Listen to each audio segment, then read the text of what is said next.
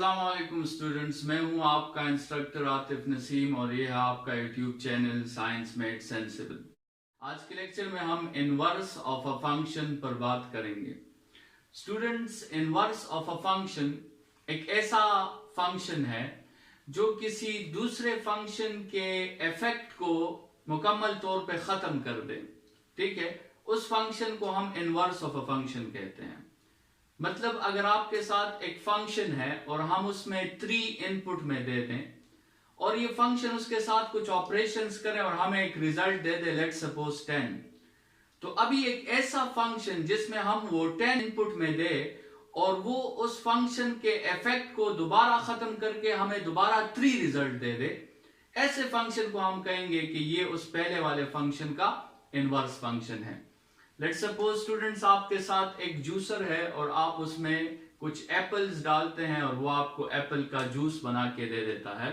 अभी एक ऐसा फंक्शन जो इस एप्पल के जूस को दोबारा एप्पल्स में कन्वर्ट कर दे, ऐसे फंक्शन को हम कहेंगे कि ये जूसर का एक इनवर्स फंक्शन है, जिसने उस आउटपुट के साथ वही एंटी इफेक्ट किया जो उस आपके साथ पहले फंक्शन ने उसके साथ कुछ प्रोसेसिंग की थी। इस दूसरे फंक्शन ने बिल्कुल उसका उल्टा काम किया और बिल्कुल उसका एंटी इफेक्ट किया। इस किस्म के फंक्शन को हम इनवर्स ऑफ अ फंक्शन कहते हैं। लेट्स सपोज आपके साथ एक फंक्शन है हीटर और दूसरा फंक्शन है रेफ्रिजरेटर। आपने आइस लिया, आपने उसको एक फंक्शन से पास किया हीटर से, और वो आइस मेल्ट होके वाटर में कन्वर्ट हो गया। उसी वाटर को आपने दूसरे फंक्शन से पास किया जो कि रेफ्रिजरेटर है, और उसी वाटर को उस फंक्शन ने दोबारा आइस में कन्वर्ट कर दिया।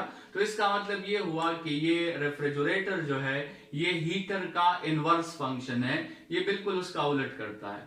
तो एक फंक्शन क्या करता है, आप उसे x इनपुट में देते हैं, वो आपको y आउटपुट में देता है। अगर एक फंक्शन इसी y को दोबारा x में कन्वर्ट कर दे तो ऐसे फंक्शन को हम इनवर्स फंक्शन कहते हैं। स्टूडेंट्स, यहां पर आपको मैंने एक फंक्शन दिखाया है, f x इनपुट में जा रहा है और आपको y आउटपुट मिल रहा है, तो आप सिंपली कह सकते हैं y is a function of x, y is a function which is operating on x। ठीक है, या y is the result when the function f has done his operations on x। So this was the effect। Function ने x पर कुछ काम किया, x पर कुछ ऑपरेशंस की और आपको रिजल्ट में y दे दिया। अभी अगर हम इसी इक्वेशन का दोनों साइड्स पर f इनवर्स ले लें, taking f inverse on both sides, तो देखिए यहां भी आपके साथ f इनवर्स आ गया और यहां भी आपके साथ f इनवर्स आ गया। जैसे हमने ऑलरेडी डिस्कस किया कि ये फंक्शन बिल्कुल उसका उल्टा कर रहा है, मतलब ये दोनों एक दूसरे के इफेक्ट को बिल्कुल कैंसिल कर देंगे। तो आप f को f इनवर्स के साथ कैंसिल आउट कर दें तो आपके साथ यहां पे सिर्फ x रह जाएगा। तो x is equal to f inverse of y। ठीक है, इसका मतलब क्या है कि ये वो इनवर्स फंक्शन था इसका जो आउटपुट पर ऑपरेट कर रहा था, और आउटपुट पे इसने इस तरह ऑपरेशन की कि आपको दोबारा वही x दे दिया जो आपने ऑलरेडी इनपुट में दिया था। सो ये फंक्शन क्या कर रहा है, ये फंक्शन इसी फंक्शन का एंटी इफेक्ट कर रहा है। इस फंक्शन ने जो काम किया है ये उसका बिल्कुल रिवर्स कर रहा है। मतलब अगर ये फंक्शन x के साथ 3 प्लस करेगा तो ये फंक्शन y से 3 माइनस करेगा ताकि दोबारा आपको x की वैल्यू मिल जाए। ठीक है स्टूडेंट्स, यहां पर आपको एक इंपॉर्टेंट बात पता चल गई कि जब भी आप किसी फंक्शन का इनवर्स निकालोगे तो आपने x को सब्जेक्ट बनाना है इक्वेशन का।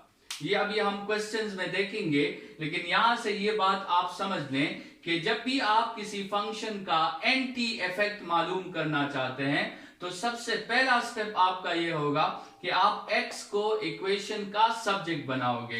लेकिन फिलहाल जरा समझते हैं कि ये जो रिलेशन आया है इस रिलेशन का क्या मतलब है। इस रिलेशन का मतलब ये है कि ये फंक्शन f इनवर्स है, इसको हमने इनपुट में y दिया और ये हमें आउटपुट में x दे रहा है। मतलब ये फंक्शन आप जरा इसके साथ कंपेयर करें, ये बिल्कुल इसका उल्टा फंक्शन है। आप इसको x दे रहे हैं, ये आपको y दे रहा है, ये आपको आप इसमें y दे रहे हैं, ये आपको दोबारा x दे रहा है। तो इसका मतलब ये, अगर हम इन दोनों फंक्शंस को कंबाइंड लिखते हैं तो देखिए ये f है और ये f इनवर्स है।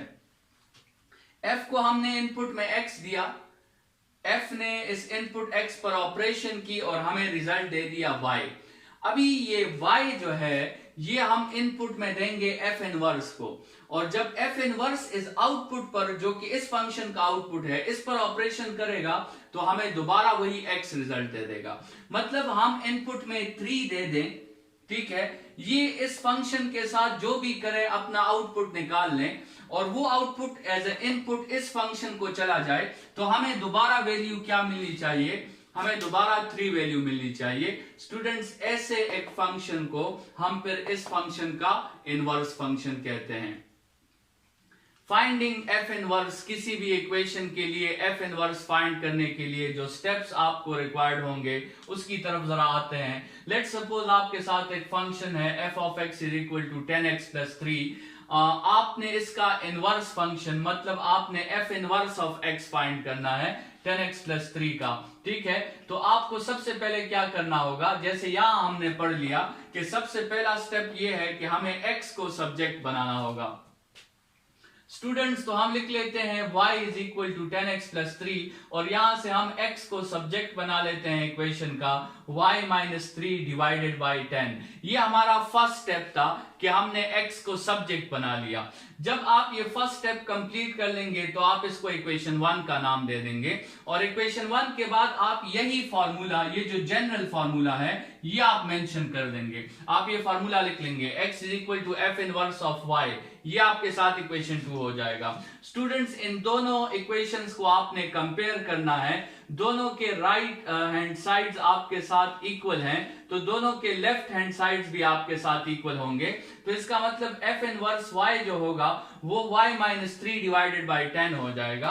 आखिर में आपने स्टूडेंट से काम करना है कि हम इनपुट को हमेशा x कहते हैं। यहां आप देखें तो इस फंक्शन को इनपुट में क्या जा रहा है, इनपुट में y जा रहा है। ये रिवायत के खिलाफ है, हम इनपुट को हमेशा x कहते हैं। तो हम इस रिवायत को कंटिन्यू करने के लिए इस पूरे फार्मूला में y की जगह दोबारा x पुट कर देते हैं, तो आपके साथ आ जाएगा f inverse x is equal to x minus 3 divided by 10। ये एक स्टेप है जो हम इसलिए करते हैं ताकि रिवायत पर बात बनी रहे, कन्वेंशन जो है वो सेटिस्फाई हो जाए और कन्वेंशन ओबे हो जाए, इसलिए हम y की जगह दोबारा x पुट कर देते हैं। y भी एक वेरिएबल है और x भी एक वेरिएबल है, इससे कोई फर्क नहीं पड़ता।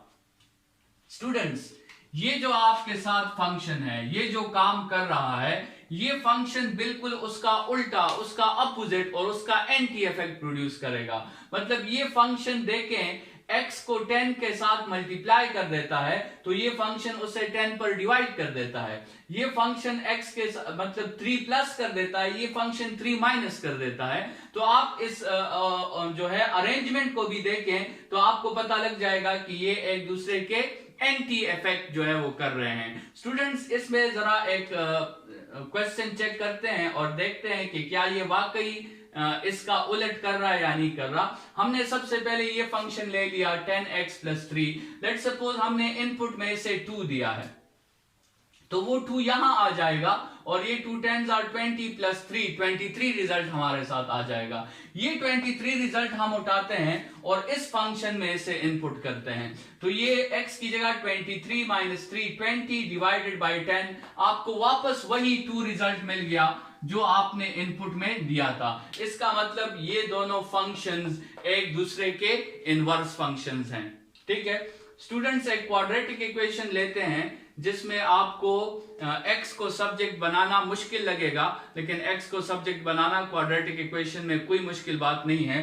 आपने सबसे पहले क्या करना है कि आपने जो है कंप्लीटिंग स्क्वायर के मेथड से इस क्वाड्रेटिक इक्वेशन को इस फॉर्म में लिखना है, और जब आप इसे इस फॉर्म में लिख लेते हैं फिर आप आसानी से x को सब्जेक्ट बना सकते हैं। आप इस +1 को इस तरफ ले आए तो x plus 1 whole square is equal to y minus 1, under roots ले लें तो x plus 1 is equal to y minus 1 whole under the root. फिर आप इस +1 को शिफ्ट कर दें तो x is equal to y minus 1 minus 1। ये आपके साथ इक्वेशन 1 आ गया।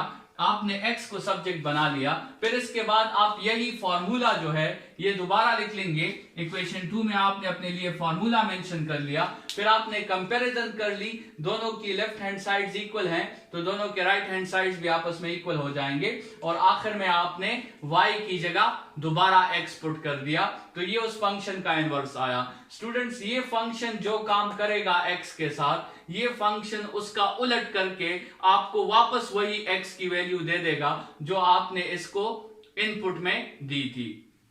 ये आपके साथ इनवर्स ऑफ अ फंक्शन है, ठीक है। नेक्स्ट लेक्चर में इनवर्स ऑफ अ फंक्शन पे थोड़ी सी बात और करेंगे, और इस लेक्चर के लिए इतना ही। Thank you students.